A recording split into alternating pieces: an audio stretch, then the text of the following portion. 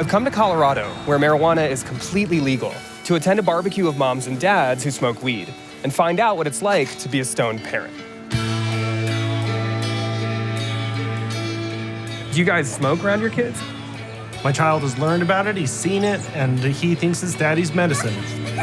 Talk about good parenting. I don't have any pharmaceuticals in my house for my kids to steal anymore. So you're saying you can have a weed-friendly household and Absolutely. it doesn't mess up your kids? Absolutely. We look like a bunch of reefer madness dudes.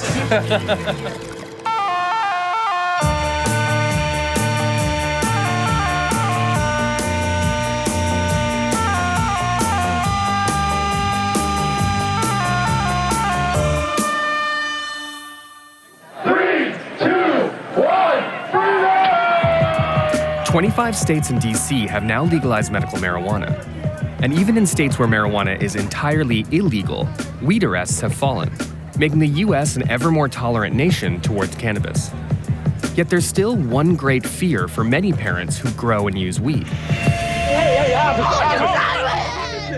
And that's having their kid taken away by Child Protective Services, or CPS. To find out what it's like to be a stoned parent in a prohibition state, I'm driving across the border to Kansas to meet mother of three Jasmine Claire, who had her two youngest children removed by CPS after police found weed paraphernalia in her home. We're playing. You're playing? We're playing. Oh, who's this? Hi, How are you? Good. Oh, Dandelion. You're so sweet. So sweet. Hi, how are you? Good. I'm Krishna. Hi. Today is Jasmine's birthday, and her ex-boyfriend Ryan, also the father of her first child, is throwing her a party. Jasmine's other daughters are still in state custody and can't be there.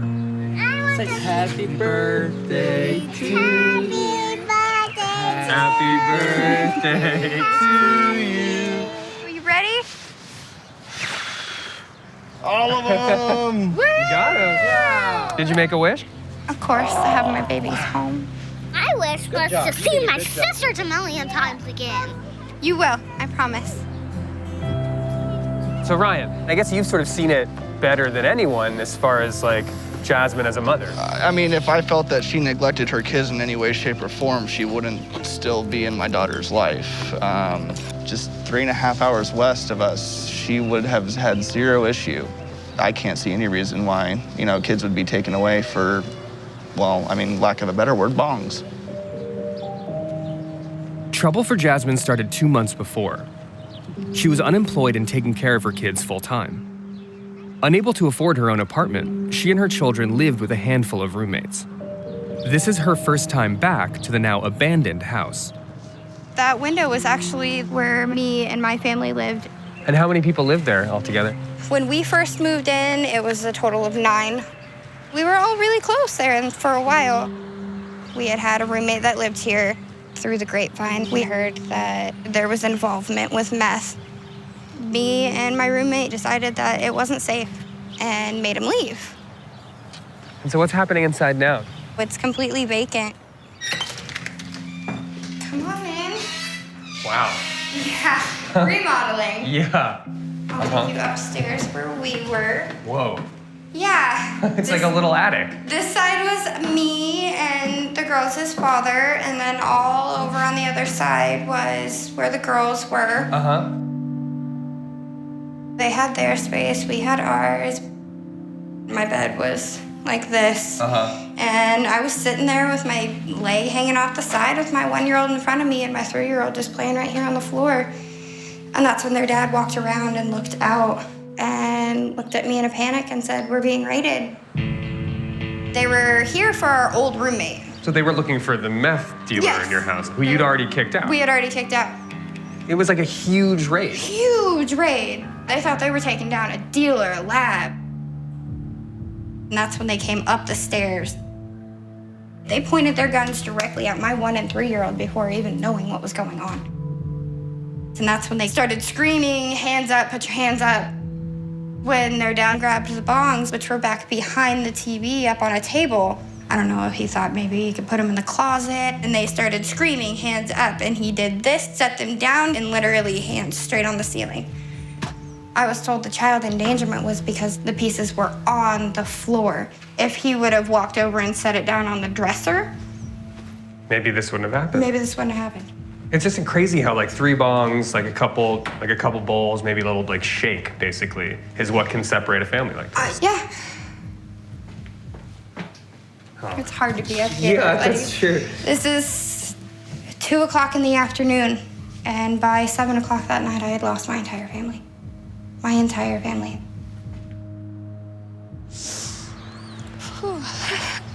I was able to go upstairs and still see them in my head. They were still there in my mind, and now everything is different. Everything's changed, and they're really gone.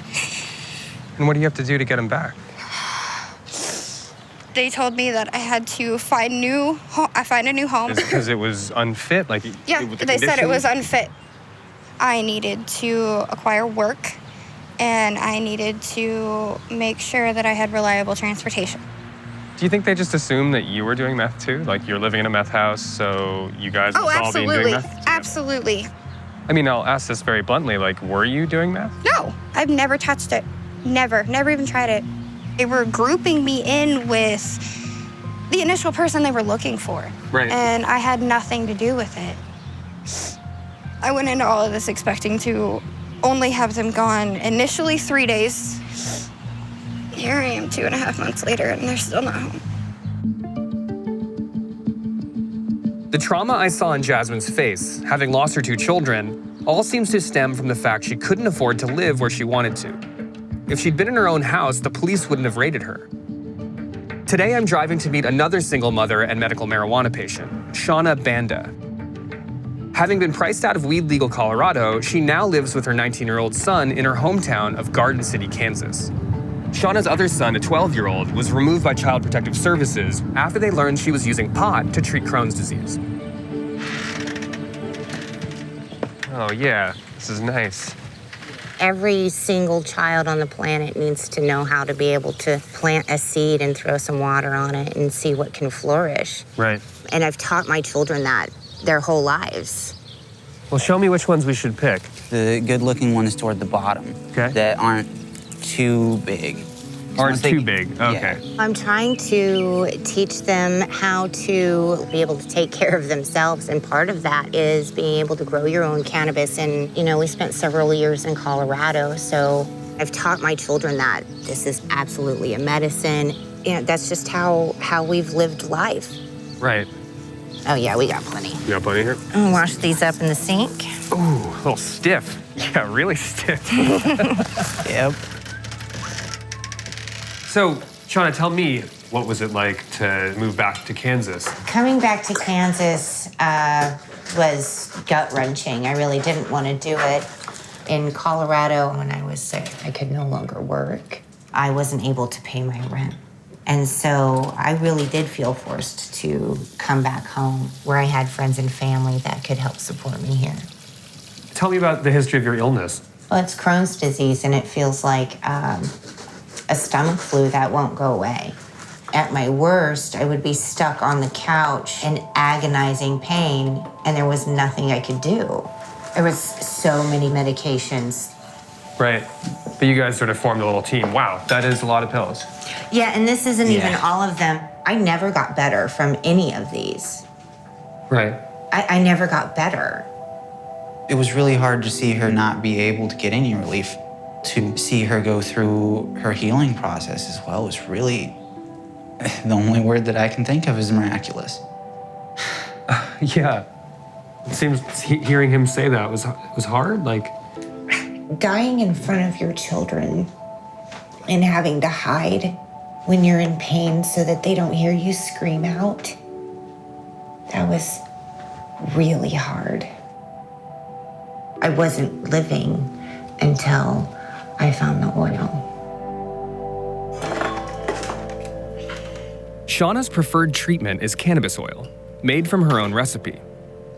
And while her oil has not been studied, Israeli researchers have found that cannabis can help Crohn's patients with pain, diarrhea, appetite, and sleep. It's medical treatment that's against the law in Kansas, but a risk Shauna's willing to take. Just take the glass off. You're just sort of scraping it. Yep, I'm just scraping the oil off. Oh, you can smell it. And you can see it's just a very tiny, tiny bit. Yeah, that's not much at all. But effectively, like, doing this is what got your kid taken away. They look at it like I'm cooking meth in my house. Their own fear is what got my child taken from me. Their ignorance. Is this recording? There are officers all over my porch. Can I ask what this is about? We had a report that was turned into Children and Families about drug use in the home. How is this legal? We believe that there's evidence inside that house, specifically marijuana. Based on what? Doesn't matter. It was just because of what my child said at school. They were talking about marijuana. And at that point, my youngest son said, my mom calls it cannabis. That is when they took him from the class and started to question him. So he raised his hand in class, said something, and all of a sudden, he's gone. Yeah. Yeah. Breaking point. The number of kids in foster care in Kansas is at a record high. The latest number is 6,522. The majority of them because of abuse, neglect, parental drug abuse, or lack of supervision. Of the 11% of drug use-related removals, it's unclear from state records how many of those parents had their kids taken away specifically for weed. So I asked the Department of Children and Families, in charge of Child Protective Services, for an interview to find out. They declined, but they did send an official response. They said that DCF does not recommend the removal of children from their homes solely based on marijuana use. What I did do was find a former DCF employee who agreed to speak with me on camera so long as her identity was obscured. You know, you're withholding your identity? Why is that? Because I have children and I don't want to lose them. What is the attitude that DCF has towards parents who are users of cannabis? Policy says that they don't remove children for cannabis, but the reality is that they do remove children for cannabis. And they put it as physical neglect, physical abuse, lack of supervision. Who is actually making the call that because you smoke weed, you're a bad parent? Those decisions are made by the social worker and their supervisor, and then in turn backed up by the courts. Of like the cases that you've seen, would you say that like the majority of kids are removed for justifiable reasons? I would say that about 65% of the kids shouldn't be removed. They're going out and they're finding cannabis in the home and they're removing the children. They're not trying to support the family. They're not even trying to give them help. It's a criminal activity. It's how they're seeing it. The system is kind of punitive. It's not helpful. It's not offering assistance or aid. It's punishing. It's definitely punishing these families. Contract agencies come up with goals and plans that they expect them to do. You're gonna do this or we'll hold your kids over your head and we'll rip them away whenever we want. It sets them up to fail. If I were a parent who had allegations against me for smoking weed in Kansas, what would you advise someone like that to do? Run. Get the hell away from Kansas as fast as you can. I'm in Kansas, where record numbers of children are in the foster care system, and some families are having their children taken away for marijuana use. I'm checking in on Jasmine, whose 3-year-old and 1-year-old were removed. Come on in, welcome. To get them back, she's required to secure a job and find a home deemed suitable by DCF. My favorite part is up here. This is the girls' room. This is the girls' room. Right, it looks like it needs to be kind of set up a little bit. You want help? Yeah. All right. Ugh, every single one of these boxes is toys. Toys or clothes, because that's really everything of theirs. This is a cute dress. There's a lot of pink in here. Oh, that's so much pink. There's a lot of pink.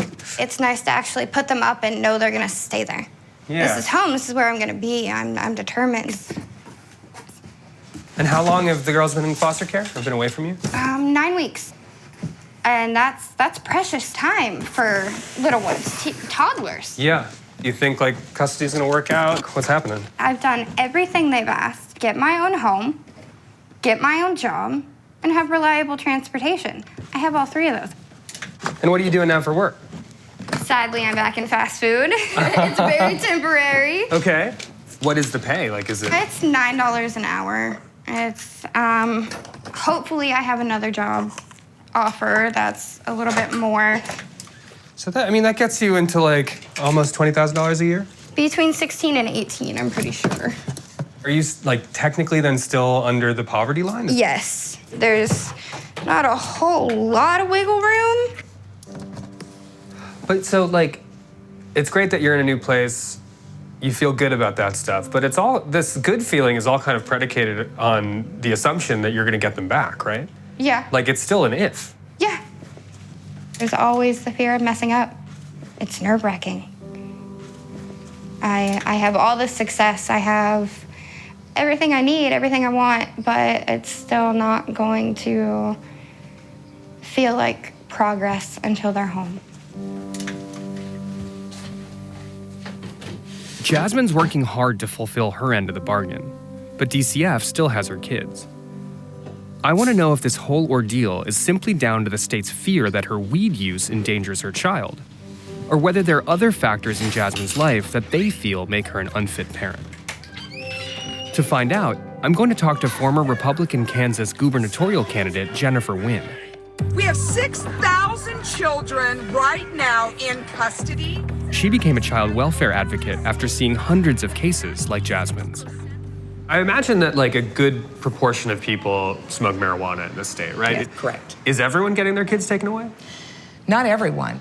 The judge, DCF, and the prosecutor. Those people make that decision.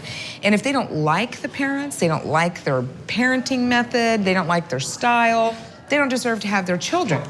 Is it in a sense like DCF is making a value judgment about what constitutes good parenting versus what constitutes bad parenting? Absolutely. And how does weed sort of factor into that value judgment? Basically, if they're not Christian, if they haven't been married for 15 years, if they use pot, they're absolutely not acceptable parents. What do you mean non-Christian? Is that really something that, absolutely. that's like on the books? Yeah. And we've even drafted legislation.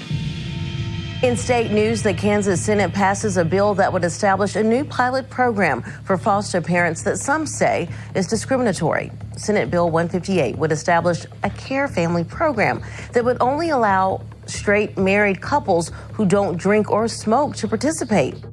Though this foster care bill promoting church-going, two-parent families didn't make it into law, it's still largely pro-Christian private companies contracted by DCF that run the foster care system, deciding which families look after the children and recommending how long they keep them for. Over the last 5 years, these companies have seen a 25% rise in the number of children living in foster care, costing the government $692 million over this period. Meanwhile, welfare to poor families in Kansas was slashed by 60% over the same period, essentially moving money and children away from poor families and towards those deemed proper parents by private pro-Christian organizations. If that social worker doesn't like you, if they don't agree with your religion, if they don't agree with the fact that you use cannabis, you're done. That's not the way you should raise your children, so we're going to take them and we're going to raise them the way that we see fit. I mean, that's the gist of it. And predominantly, the people that are being targeted have one common denominator, and that is they're poor. They're all poor.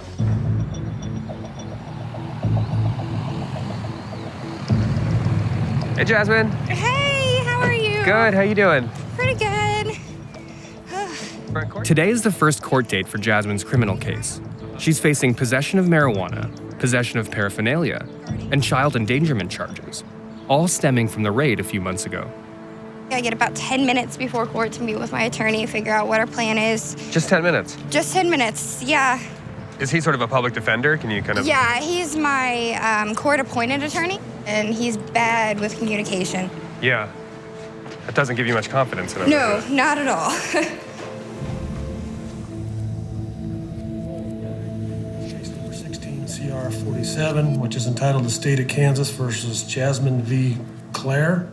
There have been some plea negotiations, Your Honor. State of Kansas would dismiss count 1, possession of marijuana, count 3, endangering a child, and count 4, endangering a child in exchange for a plea. On count 2, possession of drug paraphernalia. Ms. Claire, do you understand what count 2 the complaint is? And yes. It is possession of drug paraphernalia to use, which is a Class A non-person misdemeanor. How do you plead to count 2 the complaint, possession of drug paraphernalia to use? No contest. Ms. Clare's the court find her guilty of count 2 of the complaint. State's made a recommendation, I believe, of 6-month sentence, suspended in lieu of 6 months probation. All right, the record's closed.